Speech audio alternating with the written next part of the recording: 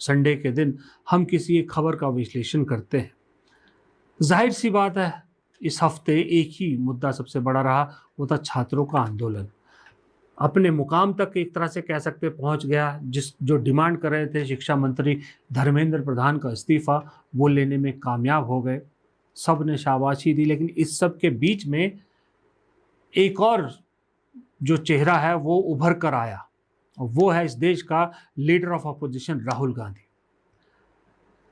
छात्र जंतर मंतर पर दबाव बना रहे थे, देश के अलग अलग कोनों में दबाव बना रहे थे, लेकिन जंतर मंतर के बाहर अगर इस सरकार पे किसी ने सबसे ज्यादा दबाव बनाया तो राहुल गांधी और उनके साथ खड़ी कांग्रेस और उनके इंडिया गठबंधन के सहयोगियों ने। चाहे वो प्रधानमंत्री निवास के बाहर धरना देना हो, चाहे गांधी स्मृति जाना हो, चाहे बच्चों के साथ खड़े होना हो, चाहे संसद में सवाल उठाना हो, हर जगह वो आदमी दिखा। और उस दबाव का असर पड़ा, कि बच्चों की डिमांड के साथ जब वो मिक्स हुआ तो इस सरकार को झुकना पड़ा। लेकिन इसी बीच जाहिर सी बात है कि जलने वाले भी बहुत हैं उनसे।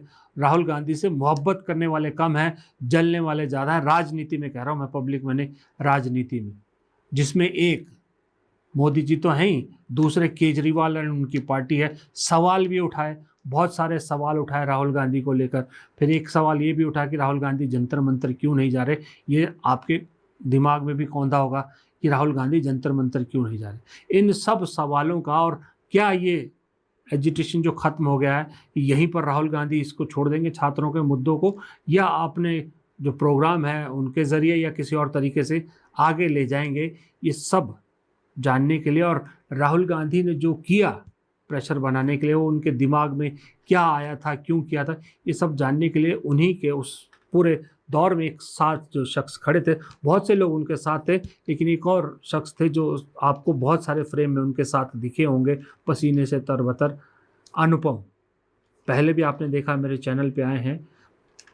तो वैसे तो प्रवक्ता हैं, राष्ट्रीय प्रवक्ता हैं कांग्रेस में, लेकिन राहुल गांधी के करीबी लोगों में से एक है। तो आज उन्हें ही चैनल पे इनवाइट किया है बताने के लिए कि ये सारी राहुल गांधी की स्ट्रेटेजी क्या थी और आगे क्या रहने वाली है। पिछले 4 दिनों में राहुल गांधी को कभी आपने देखा होगा प्रधानमंत्री के घर के बाहर, कभी देखा होगा गांधी स्मृति पर, कभी देखा होगा पार्लियामेंट में।